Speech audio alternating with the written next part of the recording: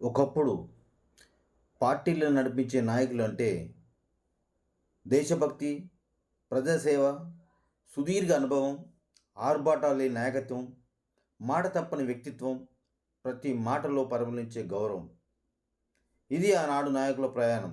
అందుకే వారి అడుగుజాడని అనుసరించేవారు తర్వాత తరం. నారా లోకేష్ అనేవాడు రాజకీయంగా ఏబిసిడీలు కూడా తెలవనటువంటి ఓ పప్పు సొద్దుగాడు, ఓ పనికిరానటువంటి వెధవవాడు.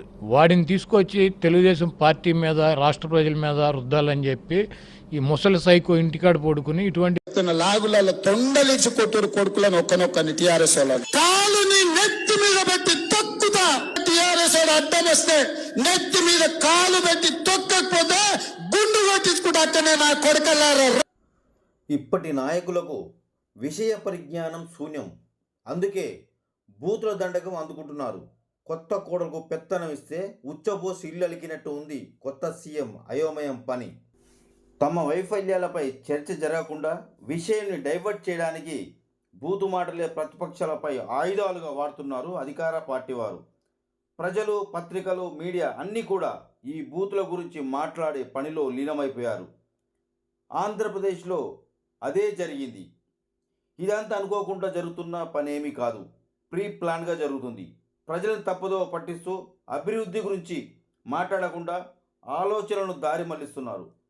పనిలో పనిగా తమ వ్యక్తిగత ఆవేశాన్ని, అక్కసును వెళ్ళగక్కుతున్నారు. ఒకప్పుడు నెత్తిన నోరుంటే పెత్తనం సాగుతుంది అనేవారు. ఇప్పుడు బుర్రలో గుజ్జు లేకున్నా, విషయ పరిజ్ఞానం లేకున్నా, నోట్లో 4 బూతులుంటే రాజకీయం చేయొచ్చు అంటున్నారు నేటి తరం నాయకులు. ఆంధ్రప్రదేశ్లో రోజా, కొడాలి నాని, అంబటి రాంబాబు వీళ్ళు చంద్రబాబు నాయుడు లాంటి అనుభవశాలిని, విజయనున్న నాయకుని, వయసులో పెద్దవాడు. అయినా ఆయన మాట తీరు కూడా అద్భుతం. ఆయన పనితనం తెలియని వారు లేరు. తెలుగు రాష్ట్రాలనే కాదు, ప్రపంచ దేశంలోనే ఆయనకు మంచి పేరుంది.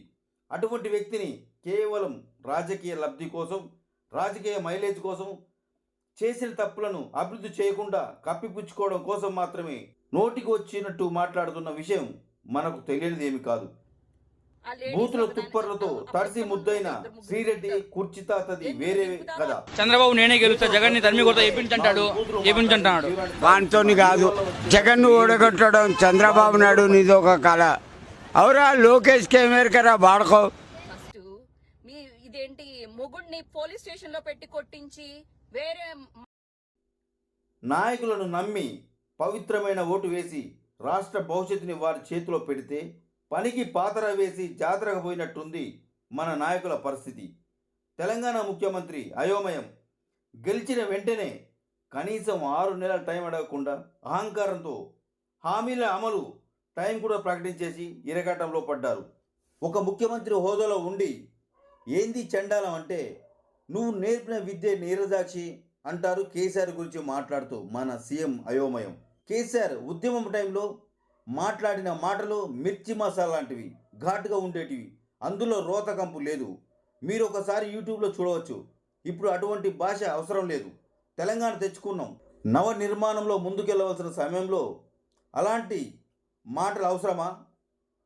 వీరి మాటలు రోతకంపు కొట్టేలా ఉన్నాయి. జరగవలసిన పనిని పక్కకు పెట్టి అవసరం లేని మాటలు యుద్ధం చేస్తున్నారు మన అయోమయం. ఇదంతా ప్రజలు గమనిస్తూనే ఉన్నారు. పనికి మాలిన మాటలు కేసీఆర్ మాట్లాడినా, మన అయోమయం సీఎం మాట్లాడినా, మరొకరు మాట్లాడినా తప్పే. వాటిని గతంలో జరిగిన తప్పులను సరిదిద్దకుండా ఆదర్శంగా ఉండవలసిన సీఎం కేసీఆర్ మూసి నీళ్ళతో కాళ్ళు కడుకున్నాడు.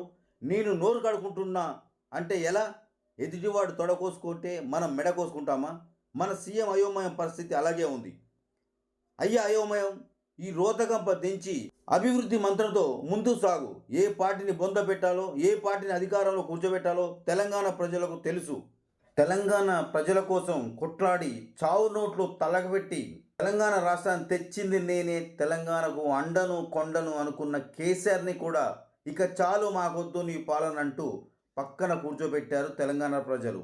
అటువంటిది తెలంగాణ ప్రజల ముందు నువ్వెంత రవ్వంత. అధికారం పర్మనెంట్ కాదు అయోమయం. తెలంగాణని పరిపాలిస్తున్న నాయకులారా, ఈ అధికారం ప్రజలు ప్రేమతో ఇచ్చింది కాదు, మార్పులో భాగంగా వచ్చింది మాత్రమే. అది గుర్తుంచుకొని మంచి పాలన చేయండి. అభివృద్ధి చేయకుండా ఇలాగే రోత మాటలు మాట్లాడితే మరో 15 ఏళ్ళు పక్కన కూర్చోబెడతారు తెలంగాణ ప్రజలు. జర జాగ్రత్త, ఎంపీ ఎన్నికలు ముందే ఉన్నాయి. నీ బూతులకు పోలింగ్ బూతులోనే సమాధానం చెప్తారు తెలంగాణ ప్రజలు.